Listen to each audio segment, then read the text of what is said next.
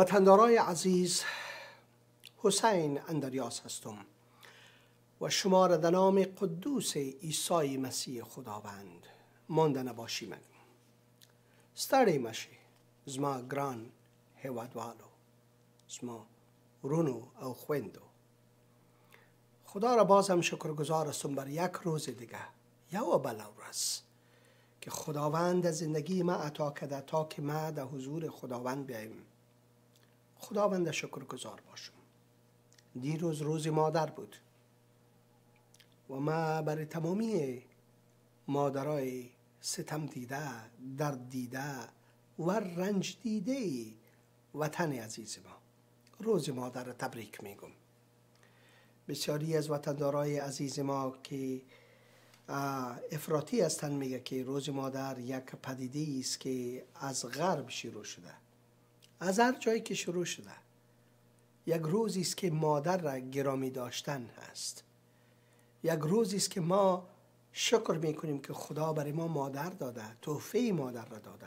فرق نمیکنه که از غرب شروع شده، از ژاپن شروع شده، از افغانستان شده. ای کاش که ما از افغانستان یک چیز نیکی شروع کنیم به یک قسم. و مادرها در افغانستان فی الحال اینمی لحظه در رنج و درد هستند. بسیاری از مادرهایی که امروز تحت فشارهای بسیار زیادی قرار دارند، مثل حجاب اجباری. من هیچ مشکلی که حجاب ندارم. حسین اندریاس مطابق کلام خدا هیچ مشکلی که حجاب ندارم. مشکل ما که دل انسان که افکار انسان است، بس خلاص. اما مشکلی که خدا داره، خدا هم مشکلش که دل انسان و که افکار انسان است. اینمی دو چیز. من در قصه از این نیستم که حجاب کسی می پوشه، حجاب کسی نمی پوشه، هیچ فرق ندارم. اما هر چیزی که اجباری میشه، هر چیزی که به زور بالای کسی تحمیل میشه، او را من مخالفش هستم. 100%. او را من مخالفش هستم، چون کتابی که من میخوانم، هدایت نامه‌ای که من دارم، مطابق ازی او مخالفش هست.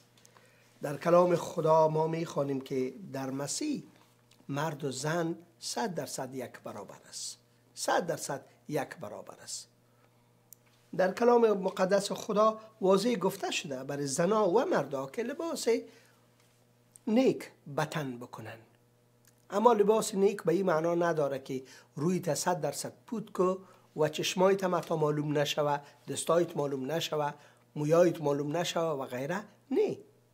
نه، به این معنا هرگز نیست.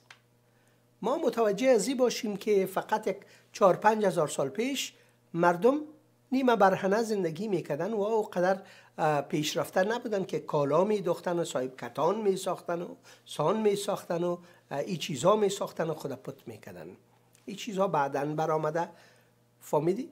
و ما باید متوجه ازی شویم که تمامی از این چیزها را مذهبی ها، دین پرست ها به وجود آورده تا که مردم زیر کنترل شخصی خود، امو زیر کنترل دینی و مذهبی خود بگیرن.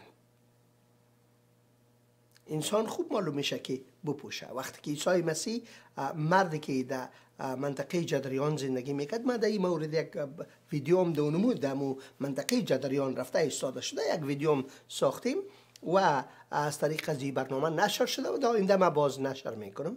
اما یک نفر دیو زده بود که یک خروار دیوها درش زندگی میکرد و ما میخونیم که وقتی که خداوند عیسی مسیح دیوها را از او دور میرانه و او را شفا میته، اولین چیزی که میگه ایره بپوشانین، نمیگه ایره بخورانین، میگه ایره بپوشانین.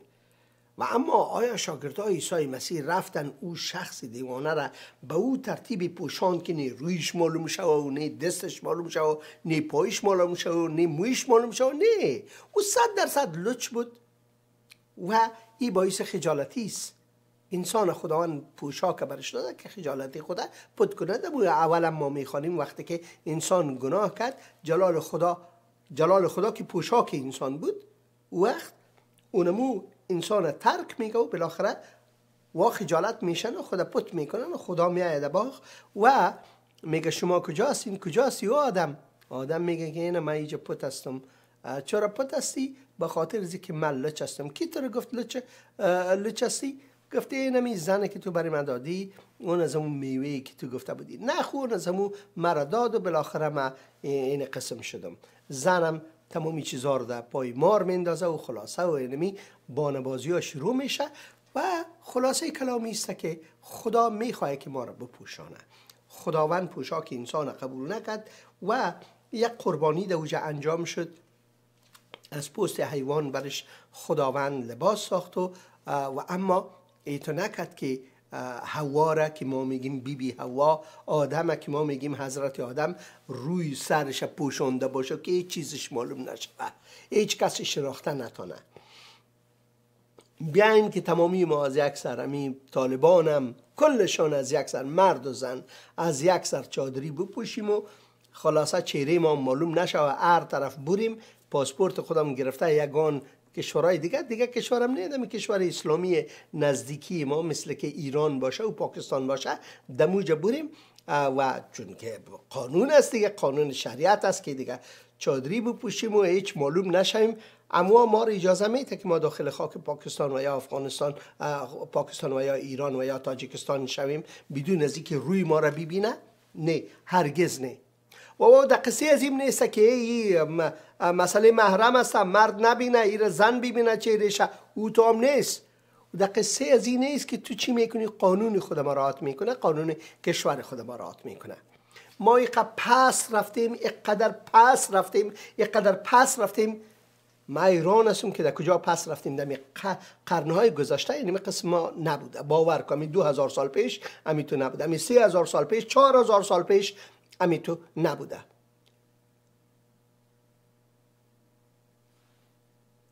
نمیفهمم که من گریه کنم در این حالت که وطن ما داره یا بخندم. باور کن خنده من نمیگیره.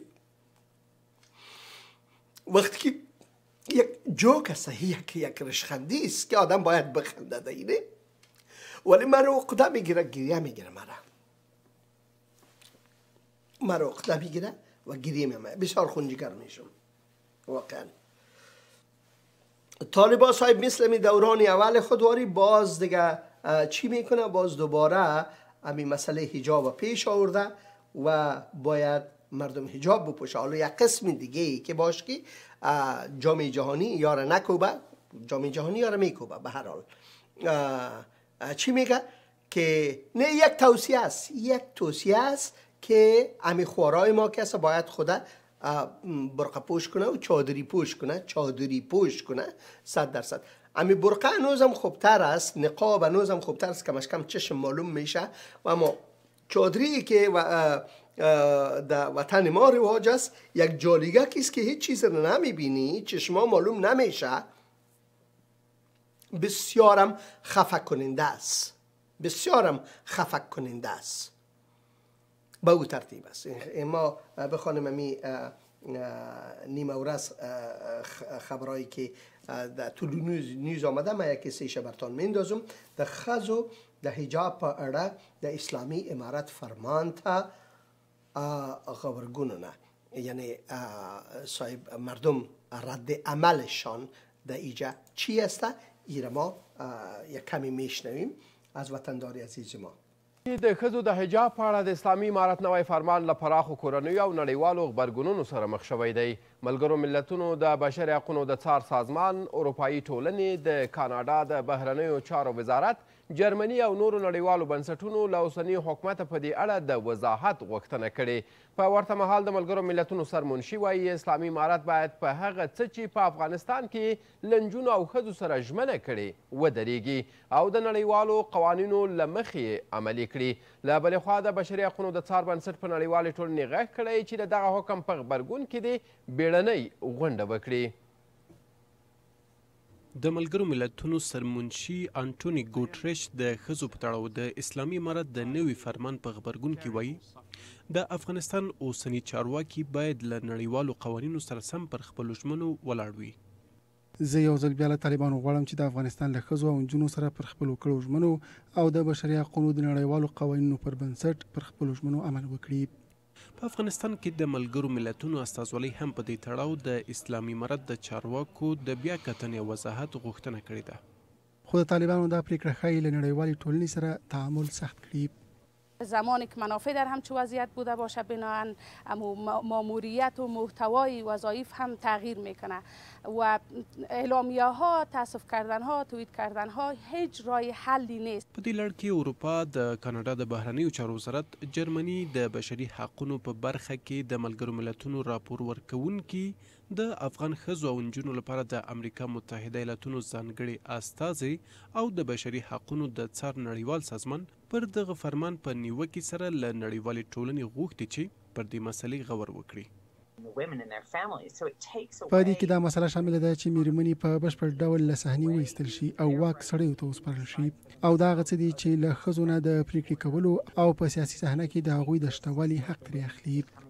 د افغانستان ځینې پیژندل شوي دینی عالمان په دې تړاو بیلابیل نظرونه لري. هم مرد باید حجاب را رعایت کنه هم زن. دقیق شدن؟ برای مرد هم از زیر نافش تا زیر زانوهایش این عورت است. این را باید بپوشه. برای زنها کل وجودش عورت است مگر دستایش تا اینجا و رویش و پایش تا بچلکش. این عورت نیست. په کابل کې بیا یو شمېر ښځو د دغه فرمان په تړاو اعتراض کړی دی. متاسفانه درس و تعلیم حق و حقوق شرعی و انسانی ما زنان افغانستان است که محروم هستیم. پرون د اسلامي امارت له لوري د ښځو د حجاب په تړاو نوی فرمان اعلان شو چې پر بنسټ یې که چیرې ښځې له دغه فرمان نه سرغړونه وکړي د کورنۍ مسئول تنبیه او مجازات. باقی از این شما در طلوع نیوز برین، در طلوع نیوز وبسایتش برین و یا در فیسبوک اکانتش برین، تمامی از این شما بشنوین و در مورد از این بحث و مباحث‌های بسیار زیادی هم وجود داره و وطندارای ما که ما هیچ مخالف لنگی نیست و من شخصا خودم واقعا خوش دارم لنگی بپوشم. بعضی وقتا کلتوری ماست دیگه و دیگه اگه خانم عزیز من مربانه ما میخوایم یکان وقت لنگی پوشیده در می برنامه بیایم هیچ پرابلمی که لنگی ندارم و اما وقتی که لنگی میپوشی و دیگر میگی تو هم امید تو باید بکنی اونجا من مشکل دارم. دمی کشور هندوستان، دمی پاکستان و دیگه اینمی چیزها را اجباری نیست. در کشور ایران اجباری است. در ایران و عربستان سعودی، در برونای خصوصا و در کشورهای تماما کشورهای اسلامی باید ضرب سوته باشه. البته در پاکستان نیست، با وجود از اینکه پاکستان اولین کشور اسلامی خوانده شده و به نام اسلام تهدابش گذاشته شده و ما میبینیم که در اوجا اجباری از طرف دولت نیست. دولت نمیگه که باید خانما کس حجاب بپوشن، بلکه در اوجا خوب بیخی از اروپا و از بعضی کشورهای دیگه کدام بعضی چیزهایشان آزادتر است و خلاصه آدم ایران میمانه. شما انتونی گوتریش شنیدین؟ انتونی گوتریش امی درست است که در روی کامرا میای کمی زاری میکنه که بابا چی میکنین او طالبا او مردم افغانستان در کجا هستین؟ ما در کجا هستیم؟ دنیا در کجا رفته؟ شما در کجا هستین؟ امی تو میگم چهره خود خوب متر سیریس نگاه میکنه، بسیار مطمئن نگاه میکنه که خندیش نگیره. من باور دارم که دمی خانه خود که میره، دمی آشپزخانه خود که میره، کتم خانوم خود که گپ میزنه، کتم دخترای خود بچهای خود که گپ میزنه، اگر از امی موضوع بالا میشه کله خود شهر میته و خنده میکنه از رشخندی. باور کو یا خنده میکنن در خانه خود. در روی کامرا به خاطر احترام به ما مردم افغانستان یا چیزی نمیگن و اما در دیگه جای بسیار مطور میخندن که این مردم دیگه بی این مردم بگی بند دوله اینالی کشکو و یا امو یک چیز رواج شده، امو میمه که صاحب در تیک تاک و دیگه رواج شده، اینی گندگی رو ببینید. این دیگه گندگی، او رو شنیدین شما؟ این دیگه گندگی، هرچی که میگه این دیگه گندگی. واقعا اینی گندگی است. اینی یک گندگی است که ما باید دعا کنیم که خداوند پاک کنه از قلب و روح و روان ما مردم افغانستان. دعا کنیم. برادرها و خورای ما یگان وقت برای من نوشته میکنیم، من اینجا یک خروار نوزم تلفن دیگه و دیگه میگیرم، هرچند که از طریق کانال محبت دیگه من شماره تلفن خود نمیتونم، چون وا ایرا خواستن که اداره بکنن، وا جواب میتن به کسایی که برنامه رو میبینن و دیگه چند که برادر لطیف 100% آزاد هستن و میتونن که شماره تلفن خود و یا واتساپ خود و غیره بگذارن، چون خدا را شکر یک تیم بسیار برجسته داره که تمامی چیزها را پیش میبره و کسایی که صاحب این برنامه های شانه میبینن، برنامه های آواز مسیر میبینن و پاسخ میته به سوالا و به تلفن ها و به تمامی چیزها. و اما ما برتان میگم که ما شخصا تلفن های بسیار زیاد، تکست های زیادی هنوز میگیرم، چون تلفن ما گشت و گذار کرده رئیس در تمام افغانستان، در تمام بین تمامی وطندارا و دیگه گشت و گذار کرده رئیس و میگیرم که امی خودت چرا برای طالبا میگی که دعا بکنیم؟ او بیادر گوش کو، اینمی در دعا زیادتر نیاز داره، باور کو. اینمی طالبا در دعا از تمام زیادترین نیاز داره، از تمام زیاد، از مسیحا که در زیادتر یاد دعا نیاز داره که خدا رحم کنه بالای از یا قلب از یا نرم شوه، قلب از یا نرم شوه، یکمی عقل دم کلیشان بیایه، عقل دم وجدانشان، امی وجدانشان دوباره بیدار شد. میگم عقل دم وجدانشان بیایه. وجدان یک عدالتی است که خداوند برای ما مانده که ما در اوجا چیزها را حل و فصل کنیم، راست و دروغ، بد و نیک در اوجا پی ببریم و چیزهای خوب پیاده کنیم. وجدان یک تحفه الهی است که برای ما خداوند داده. و اما اینمیا که همون میگن که وجدانشان خوست و نمو خوست. ما دعا کنیم که وجدان از یا بیدار شوه، ما دعا کنیم که عقل از یا امو تو بالا شوه که بابا او چی میکنم من، این چی کار است. اما یک مثال پنجابی است، میگه هات دھرے کیا روئے جب چڑیاں چگ گئیں کھیت. دست خودت چطور با مالیده بریم وقتی که گنجشگاه آمد و فصل تمامیشه برد. فصل افغانستان برده رئیس گنجشگاه خوب و ما گرسنه مانده رئیستیم، در بدر و خاک بسر شده رئیستیم. اینی حالت زندگی. ببینین یاره، ببینین یاره، اینیا در رأس دولت ما، حکومت ما قرار دارن. میگن که تمامی کسا مثل ما اوری باشه، یا مثل ما یا که مجازات. اینی حالت زار ماست، اینی دربدری ماست، اینی مشکلات ماست امروز.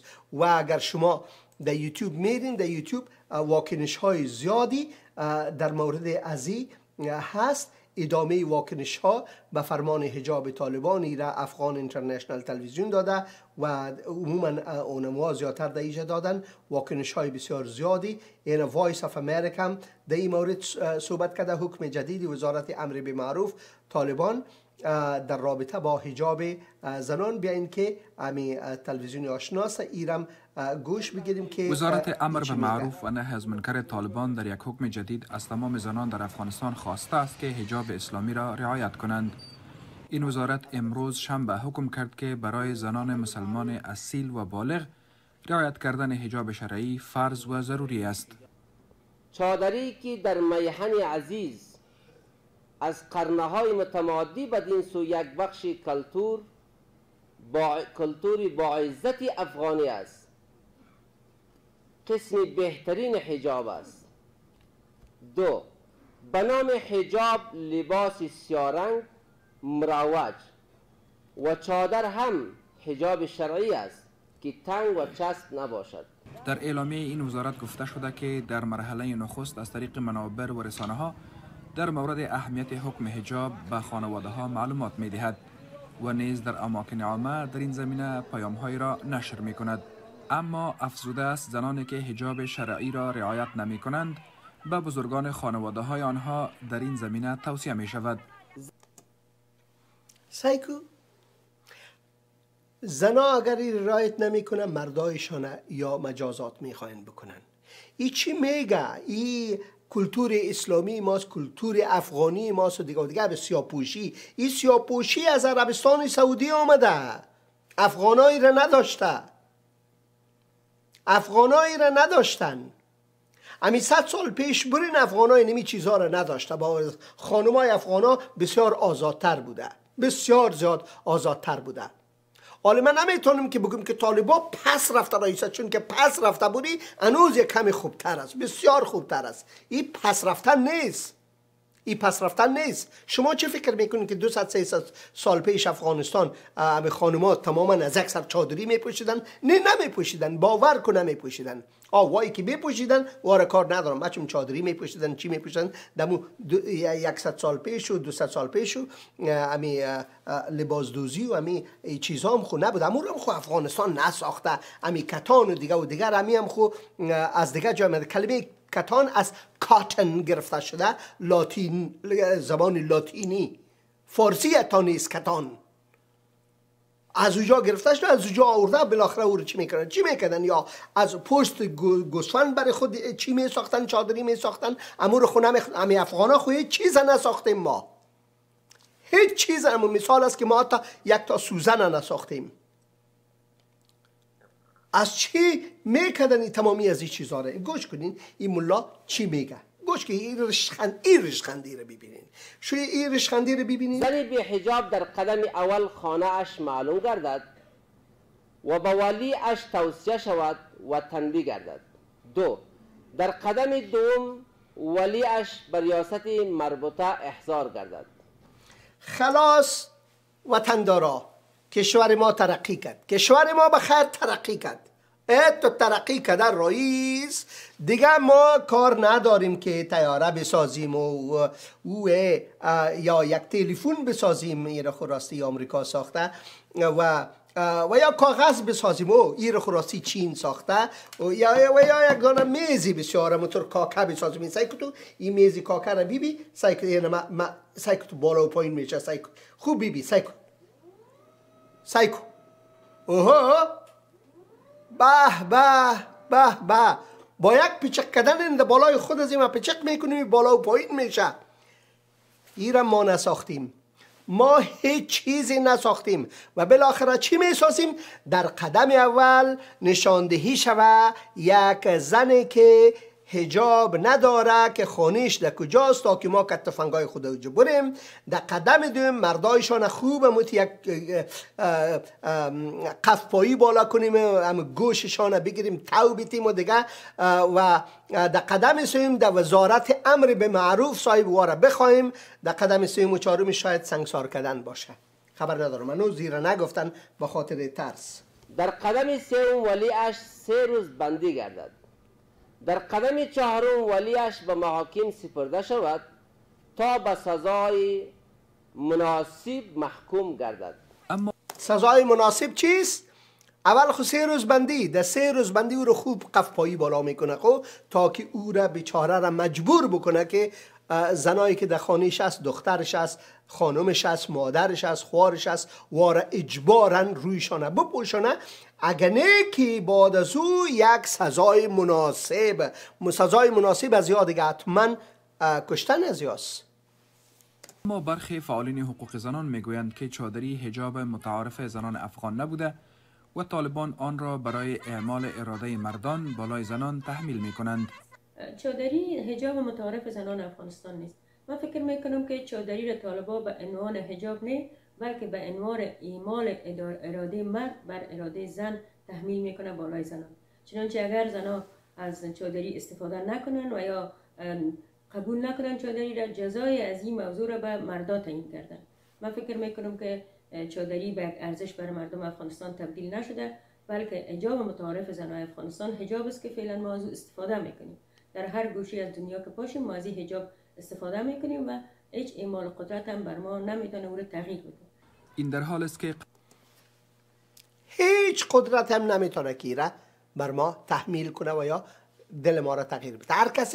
هر کسی که خوشش میاد حجاب کنه، کسی سر از او زور نمیاره که حجاب نکنین. نه، یک کسی که انتخاب میکنه، یک خانم که انتخاب میکنه که حجاب بپوشه، بالای از او کسی تحمیل نمیکنه. ما در ایالت تنسی آمریکا زندگی میکنم. در شهر ما زیاد عربا رو میبینم، بنگالی ها رو میبینم، پاکستانی ها رو میبینم.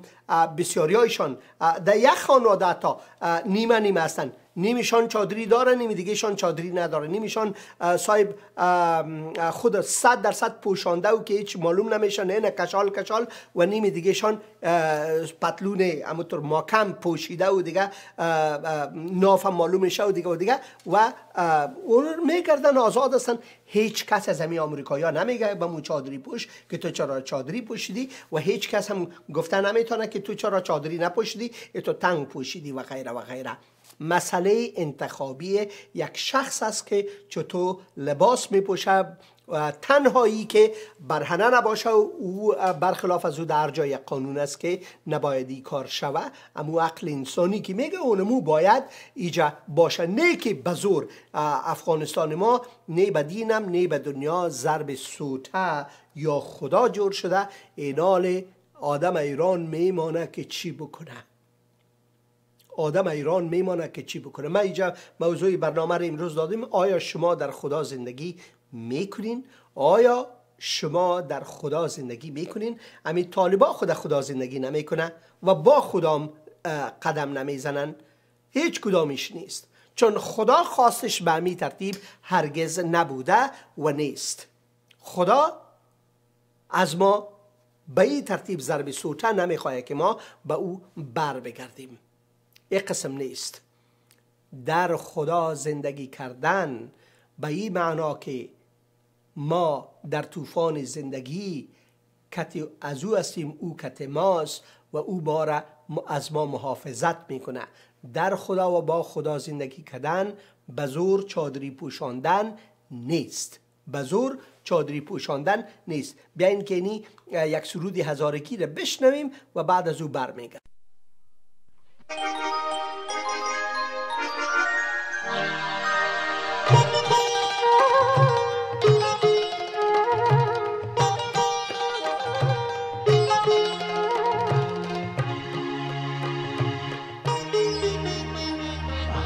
مسیح دای جهان بلد نجات یار انسان، هر کس باور کنه او را مبرقت خود آسمان.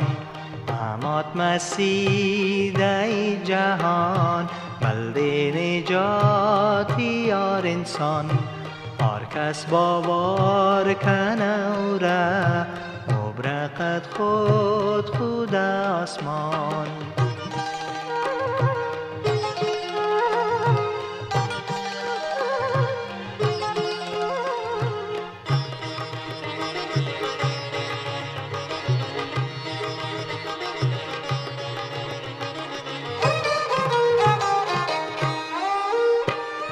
دنیا خو غرق گناه بود، صادق و هم گمراه مو شد. دنیا خو غرق گناه بود، صادق و هم گمراه مو شد. ایلاس مو رکد یزدو بلده از مو جور شد انسان. محمد مسیح دای جهان بلده نجات یار انسان، هر کس باور کنه او را مبرقت خود آسمان.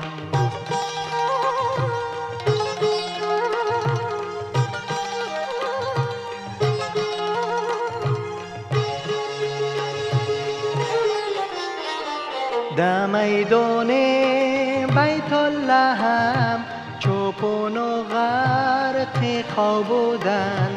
در میدانی بیت الله هم چوپون و غرق خواب بودن.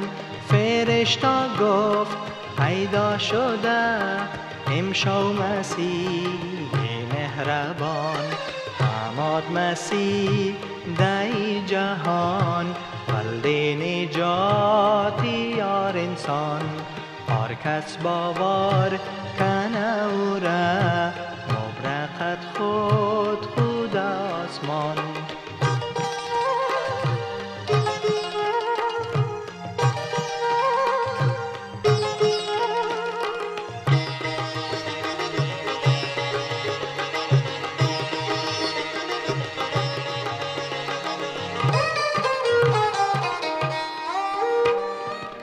تفسیر پیدایش را عالم و خواندن از کتاب تفسیر پیدایش را عالم و خواندن از کتاب رای شد و بله اشتر تا بینگرنن ابن یزدان آمد مسیح در جهان بلد نجات یار انسان هر کس باور کنه او را مبرکت خود آسمان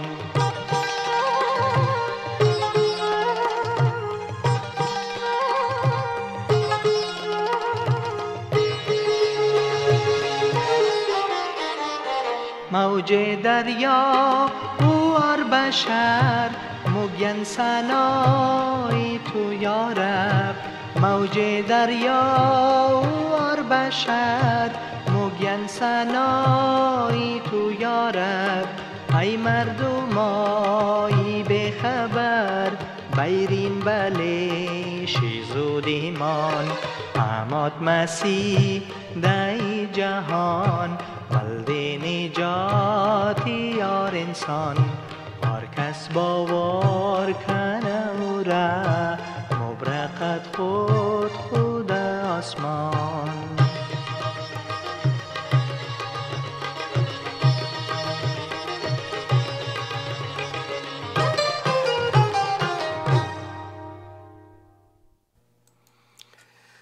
امی داستانی از این که موسی صاحب وقتی که از مصر میگریزه در اوجا البته یک مصری را میکشه به خاطر که مصری ها ظلم میکده بالای برادرایش در اوجا وقتی گل مالی و گل ساختن و مچم چی می ساختن سری از ها خلاصه ظلم بسیار زیاد بودی در غیرتش بر میخوره یک از او را میکشه و میگریزه میره طرف صحرا و دیگه در صحرا و بالاخره یک جایی میبینه که خانم هاست و صاحب دوجه او پر میکنه و دیگه که تازه ملاقات میکنه شکل از او خانم ها را 100% میبینه و خانم ها یکشان از یک سر یا حتی یکشان هم چادری نپوشیده بودن سرشان برهنه بود و دیگه خلاصه اگر شما در مورد ابراهیم صحبت میکنید همی سارا و به شمول کنیز مصریش که هاجره نام داره که هاجره مادر اسماعیل بود و سارا که مادر صاحب اسحاق میشه اینمی ها هیچ کدامشان چادری نپوشیده بودن از اکثر امی خدا خود تغییر نمیکنه قانون خدا خود تغییر نمیکنه امی خدا خواه را سوته زده که نمیگفتن که شما چادری بپوشین این بسیار خوب است برای دین ما و برای مذهب ما برای ترتیبی که ما خدا هستم اینمی کارا را خدا نمیکنه اینمی کارای خدا نیست اینمی کارای انسانی است اینمی کارا از بیعقلی و جهالت میآید از بیعقلی و جهالت میآید و ما باید دعا کنیم و وطندارای عزیز من شما خواهش میکنم قبل از اینکه من کلام مقدس خدا را برای شما بخوانم من شما خواهش میکنم بیاین که یک دعا بکنیم برای وطن ما برای امی طالبا اینمی طالبایی را که ما و شما میگیم که برشان دعا نکنین من خواهش میکنم من شخصا خواهش میکنم که بیاین بر از امیا دعا بکنیم و باور که این امیا در دعای بسیار زیاد نیاز داره این امیا شکلشان دوباره نیاز داره بیچاره این امیا از یک حساب مظلوم هستن چرا مظلوم هستن؟ به خاطر که یا در قید شیطان هستن یا هر کسی که در قید شیطان باشه مظلوم است اینمی طالبا باور کو اینمی طالبا در قید شیطان هستن، مظلوم هستن. برای این مظلومات دعا بکنیم که خداوند یار از قید شیطان آزاد بکنه، تا که دل از یا نرم شوه، تا که انسانیت یاد بگیرن، عقلشان یک کمی بالا بره و ضمیرشان که خوست بیدار شوه، تا که وطن ما آزاد شوه، وطن ما از دست از این بدبختی آزاد شوه. اسماعیل بلخی چی گفت؟ اسماعیل بلخی را نامش شنیدین؟ حتما شنیدین وطندارای عزیز من. اگر شما کم از کم از آرگی استیر خوی را شنیدین. اسماعیل بلخی یک مرد بسیار همونطور عالم کلان بود که در پلچرخی بندی بود، به خاطر از اینکه او خود هزاره گفته بود و حقوق مردم هزاره را صاحب علم بردارش گفتش بود. این مردکه سعید اسماعیل بلخی، یعنی سعید باید لنگی چی بپوشه؟ لنگی سیاه بپوشه، مطابق رواج مردم ما لنگی سیاه بپوشه. و اما این شخص لنگی سیاه خود او طرف انداخته، او طرف گزله کده، او طرف کت پای خود انداخته، لنگی سفید پوشید تا که کت مردم هزاره خود نشان بده که من کتازی مردم هستم. اگر طالبا واقعا ضمیرشان بیدار شوه، همین لنگی های خود او طرف گزله میکنن، باش که کتمی جامعه جهانی یک رقم باشم، یک تا نکتاییگه کم من میپوشم و غیره. همین نکتایی خوش من نمیایه ولی میپوشم، این نکتایی را از خاطر میپوشم که خانم عزیز من خوش داره که من نکتایی بپوشم، و به خاطر از اینکه همین وطندارای عزیز ما که در برنامه‌های تلویزیونی مختلف و دیگه میآیند، هم که از نکتایی میپوشن و من کتازو یک جای میخوایم نکتایی بپوشم. همین برنامه طلوع رو بیبی، دیگه برنامه رو بیبی، در وطن ما رواج شده، این رواج ما نیست. و اما ما بالای کسی تحمیل نکنیم یک چیز را که بزور باید اینمی کار را بکنی، بزور نکتایی بپوشی، بزور لنگی بپوشی، بزور چادری بپوشی، بزور حجاب کنی، بزور نقاب بپوشی، هرچی که بزور از کاملا مخالف چیزی که خدا میگه هست. اینمی مردم بیچاره مظلوم هستن. برای زمین دعا کنیم، بیاین که برای طالبا دعا بکنیم، بیاین که دعا بکنیم. ای خداوند عزیز، ما برای زمین طالبا امروز دعا می‌کنیم. طالبا بیچاره هستن به خاطر از اینکه ضمیرشان خوست، نمیفهمن چیزی. عقل خدا مچم در کجا ماندن، لنگی میپوشن و کلایشان گرمی زیاد میکنه و لحاظا هم کله آدم که بسیار گرم شوم آدم نمیتونه که فکر صحیح بکنه. او خدا دعا میکنیم که اینمی ها اصلاح شوه. او خدای عزیز، او خداوند تو رحم کو بالای مردم افغانستان، تو بالای نظامی طالبان رحم کو که اینمی ها عقل کنن، ضمیرشان بیدار شوه که ظلم نکنه بالای خورای ما، خصوصا در افغانستان، بالای خانما، خصوصا بالای مردا، بالای پیرا، بالای جوانا. مردم ما مفلس و بیچاره و گداگر شده. ای خدای عزیز تو رحم کو بالای مردم ما،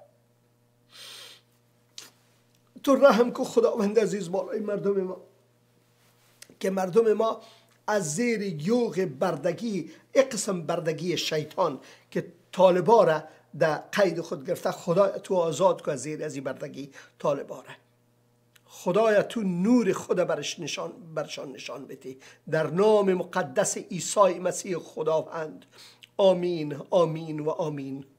و شمایی که کتمه دعا را کردین بسیار تشکر و خواهش میکنم دعا کرده برین بر زمین طالبا که همیا اصلاح شوه، ضمیرشان بیدار شوه.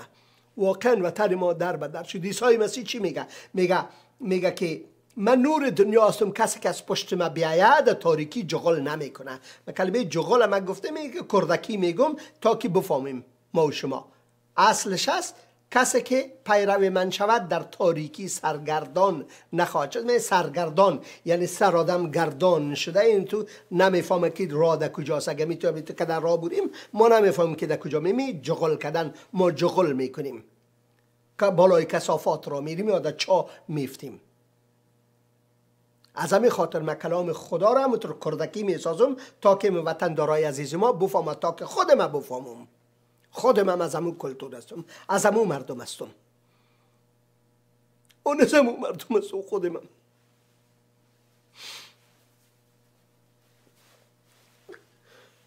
ببخشید گلوی مرا گرفته، غم گلوی مرا گرفته. چطور چی کنیم؟ چی کنیم واقعا در این حالتی که ما داریم چی بکنیم؟ بیاین کلام مقدس خدا رو بخونیم. خواهش میکنم که اگر شما کلام خدا را ندارین در afghanbibles.com برین و یا در afghanbible.com، daribible.com، pashtobible.com، persianbible.com، farsibible.com برین. در اینجا که کتاب مقدس هم میافین و بخونین. خوب است. یعنی ما اول در پشتو میخونم می سر فصل 3 رساله اول یوحنا از آیت 19 تا آخر از فصل براتون میخونم. وطندارای عزیز ما کلام خدا را بخونیم که بسیار بسیار مهم است، خصوصا در این زمان، در این وقت. و میگه که نوپدی به موج پوه شو چی؟ موج ده حقیقت پیروانی، موج ده حقیقت پیروانی اولادی عمله بزموج زرونو ده خدای په حضور کې دادوی کچری زموج وجدان موج ملامتوي نو موج داده یو چې خدای زموج د وجدان نه ډیر لوی دی او د هر سنه خبر دی. ګرانو دوستانو کچېری زموج وجدان موج نه ملامتوي نو کولی شو چې په ډاډه زړه اطمینان په اطمینان زړه ډاډه زړه د خدای حضور ته راشو او هر څه چې ورڅخه وغواړو هغه راکوي. زموږ خدای داسې خدای دی، عظیم خدای دی، راکوي ځکه چې موږ د هغه په حکمونو باندې عمل کوو او هر څه چې هغه خوښوي هماغه کار کوو. هر چی که او را خوش کنه، خدا را خوش کنه. آیا می کارهای طالبان خدا را خوش میکنه؟ اما خدا خوش نمی خدا گریه کرده رئیس باور کن. خدا صاحب گریه کرده رئیس در حالت زار. امی طالبان خدا صاحب گریه کرده رئیس. امی خدا صاحب هر روز گریه کرده رئیس در حالت زار طالبان که ای بدبختی را دیگه بگی، ای گندگی را بگی. ما خو یاره به صورت خدا آفریدیم، اشرف المخلوقات آفریدیم، یا چرا به این ترتیب شدن؟ ببینین کلام خدا چی میگه. هر څه چې هغه خوښوي هماغه کار کوو. د هغه حکم دا دی چې موږ باید د هغه د زوی عیسی مسیح په نوم ایمان راوړو. ولې په عیسی مسیح ایمان راوړل ډیره مهمه ده؟ ځکه چې عیسی مسیح موږ آزادوي، نه په بې بندوباري کې بلکې په بندوباري کې آزادوي. کله چې تاسو آزاد یې نو تاسو کولی شئ د خدای سره د خدای په خدای کې ژوند وکړئ. په خدای کې ژوند کول ډیره اهمیت لري. نو دا عکس وګورئ، د طوفان عکس دی.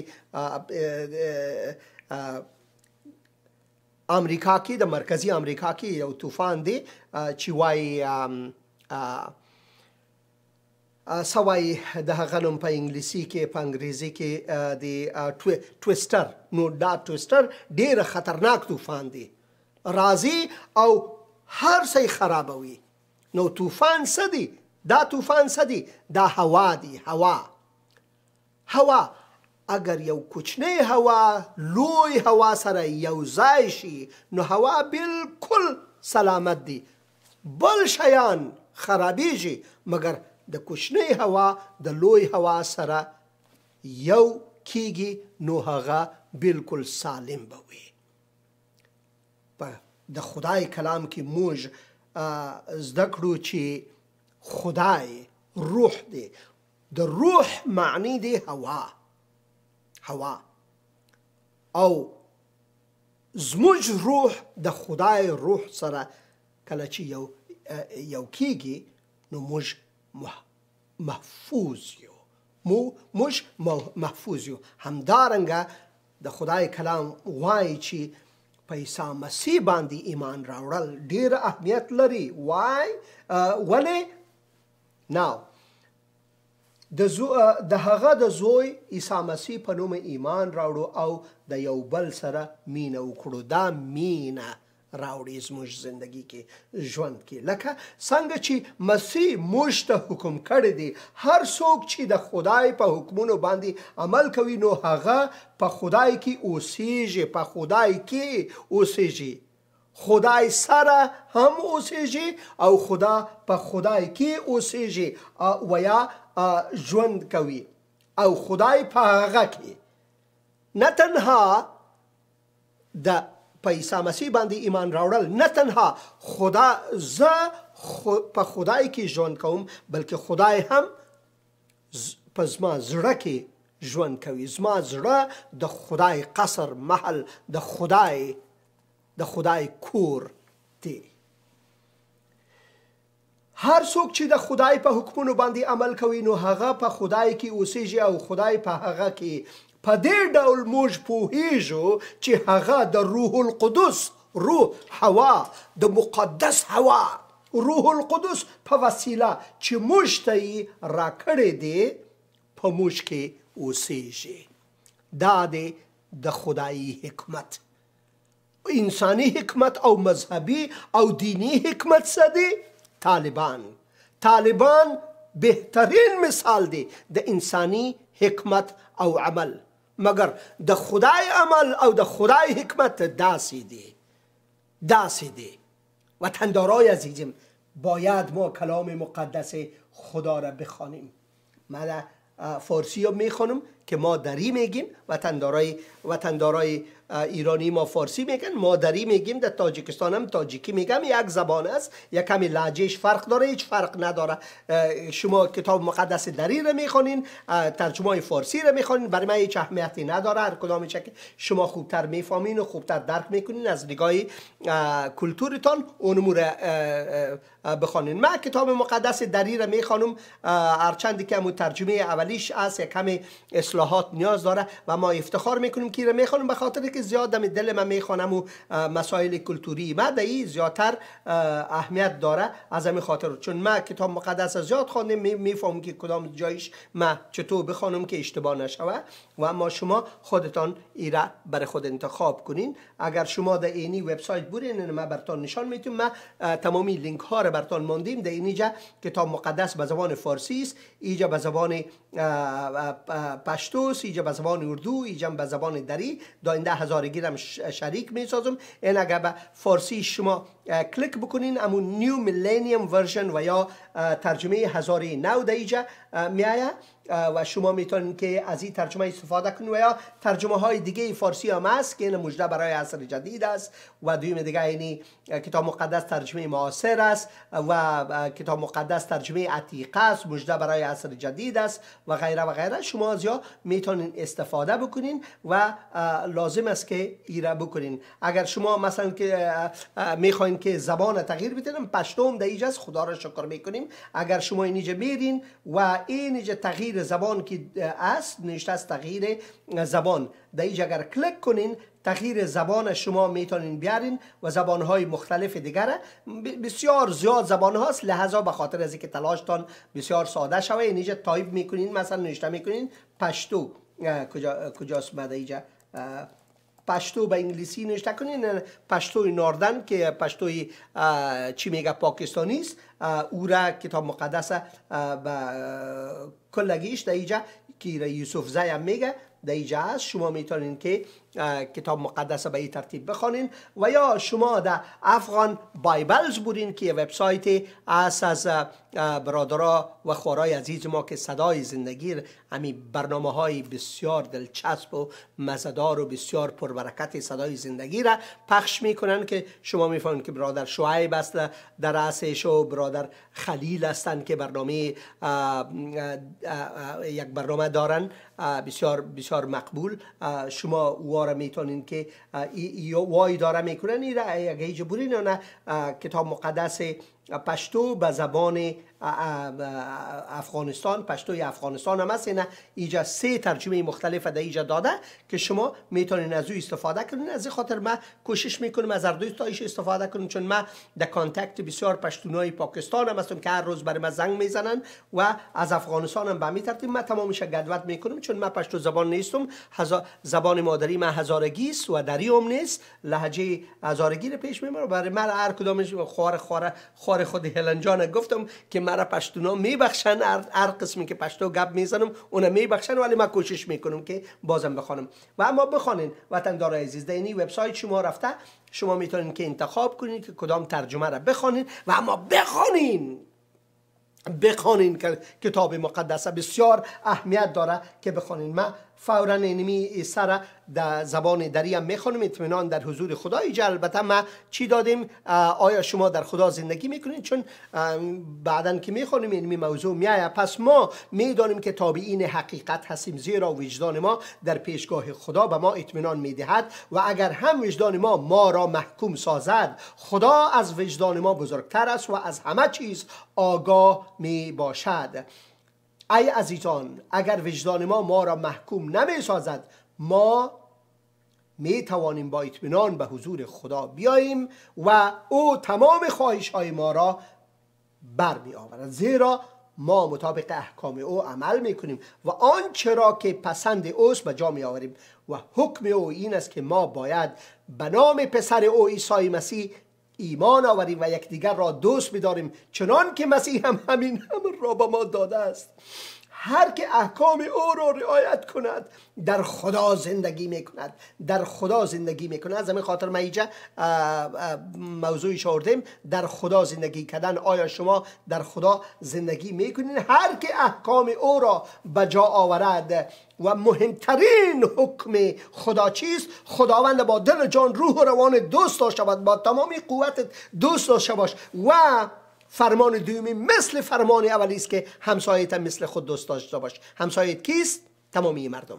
هزارگی همسایتان است، پشتونا همسایتان است، طالبا همسایتان است، آمریکایی‌ها، روسا، چینیا، هندیا، پاکستانیا. اما پاکستانیایی که ما رشخند میکنیم، دال خور میگیم، دال بسیار مزه‌دار است و ما هر یگان یک شنبه دال پخته کرده کلیسا میبریم. کلیسای ما که هر کدام ما کمی غذا پخته کرده میبریم که بعد از عبادت، بعد از اینکه کشیش ما لطیف جان برای ما درس نازنین است کتاب مقدس خدا میته، باز بعد از یک جای شده نانم یک جای میخوریم، هر کدام مختلف. ما یگان وقت دال میبریم، دال پو دال ترکا پخته میکنیم. دال مرم خصوصا یکی از خوراکای ما بسیار هم دوست داره، تمامیشان دوست داره. یک کمی تند میسازم. دال بد نگوین، دال از طرف خداست. پاکستانی ها را دال خور گفته، دو نزنین بلکه برشان دعا بکنین. اینی را مسیح برای ما میته. ما چیسته که پاکستانی ها دال خور است، ایندیا چتل است، فلانی اونوت است. این دینمی خود گم کردیم و بالاخره حالت زار ما در چی رسیده که طالبا سر ما حکم میکنه. کل زنا باید حجاب بپوشه و نقاب بپوشه و به این ترتیب باشه. اگر نمیپوشه ما سعی کتو از تمام اول نشاندهی میکنیم و خانهشان که در کجاست. دویم دیگه او را میخوایم در وزارت امر به معروف 3 روز بندی میکنیم، خوب لطکوبشان میکنیم تا که گپ ما را قبول کنه. اگر نکرد باز بعد از مجازات دیگه که باید دیگه ما مد نظر داریم که درست مناسب است. و مناسب از چیست؟ در گرو بردن انسان ها. خدا چی میگه برای ما؟ و حکم او این است که ما باید به نام پسر او عیسی مسیح ایمان آوریم و یکدیگر را دوست بداریم، یکدیگر را محبت کنیم. این حکم مسیح است. چنان که مسیح هم همین امر را به ما داده است. چی امر را داده است؟ یکدیگر را دوست بدارید، دشمنانتان را دوست بدارید. در نوشته که در فصل 5 انجیل متی آیت 43 44 45 46 47 48 برای ما میگه که دشمنایتان را دوست داشته باشین. کسایی که شما را اذیت آزار میرسانه بر از دعای خیر بکنین. از همون خاطر ما بر طالبا دعا میکنیم. چی نوشته است اینجا؟ نوشته است که چنان که مسیح هم همین امر را به ما داده است. هر که احکام او را رعایت میکند در خدا زندگی میکند و خدا در او زندگی میکند و روح القدس را به ما بخشیده است تا ما مطمئن باشیم که او در ما زندگی میکند. این نیست کلام خدا، این نیست خدا، نه او خدایی که طالبا پیش میبره. نی به دینم نی به دنیا ضرب سوتا یا علی. من که هزارگی بودم وقت چی بودم شیعه بودم هزارگی خواستم حالی هم فرق نمیکنه.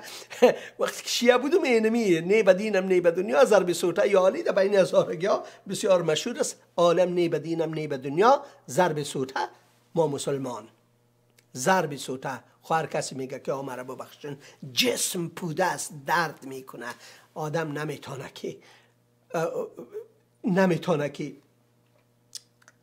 نمیتونه که یک دروغ نگویه. نمیتونه، مجبور است. نمیتونه. وطندارای عزیز من لطفاً کامنت ها رو بخوان. کامنت های بسیار زیادی وطندارای عزیز ما دادن. این کامنت ها رو بخوانین چون وقت برنامه من خلاص میشه و این کامنت ها را بخوانین و دعا کنین و خداوند شکرگزار هستم برای تمامیتون. خداوند شکرگزار هستم برای تمامی وطندارای ما، برادرای ما و خوارای عزیز ما. شکرگزار هستم. این کامنت ها را اینما اینجا میارم روی پرده. تمامی از این کامنت ها را لطفاً یک بخوانین. از یکی دیگه خود ما یاد بگیریم، یکی دیگه خود دوست داشته باشیم تا که خداوند رحم کنه بالای ما. باید ما در دعا باشیم، هر روز در حضور خداوند بیفتیم و دعا بکنیم که خداوند کمک بکنه. این کامنت ها را حتما بخوانین. من این کامنت ها را میبرم تا وقتی که برنامه ما وقتش بسیار کم مونده، فقط 1 دقیقه مونده و اما من این کامنت ها را در اینجا میارم و شما برین لطفاً تمامی از این کامنت ها را بخوانین. سبب برنامه برادر عزیز ما لطیف جان است، برنامه آواز مسیح لطیف جان است. شما او برنامه را هم حتما ببینین و بسیار مهم است. برادر عزیز ما تهیه میکنن برنامه را و خداوند شما را برکت بده است. و اما از تمام مهمتر است که کلام مقدس خدا را بخوان، رضای خدا را بر زندگی خود بدانین که خداوند ما کی هست، چه خدای عظیم ما داریم. تمامی از این چیزها را خواهش میکنم که لطف کنین چی کنین بخوانین. یاره کامنت های بسیار زیاد است ایره بخوان. خداوند تمامیتان برکت بده در نام قدوس عیسی مسیح. خداوند خدای عزیز تو رحم کو بالای وطن ما، بالای مردم ما، بالای وطندارای ما، خصوصا خوارای عزیز ما، در نام قدوس عیسی مسیح. آمین.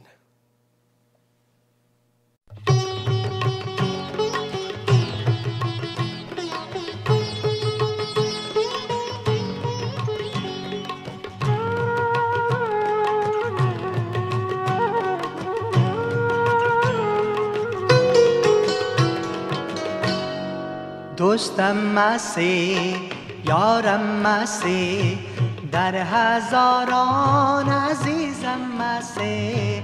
تنها هادیم تویی ای مسیح، تنها هادیم تویی ای مسیح. دوستم مسیح، یارم مسیح، در هزاران عزیزم مسیح. تنها هادیم تویی ای مسیح، تنها هادیم تویی ای مسیح.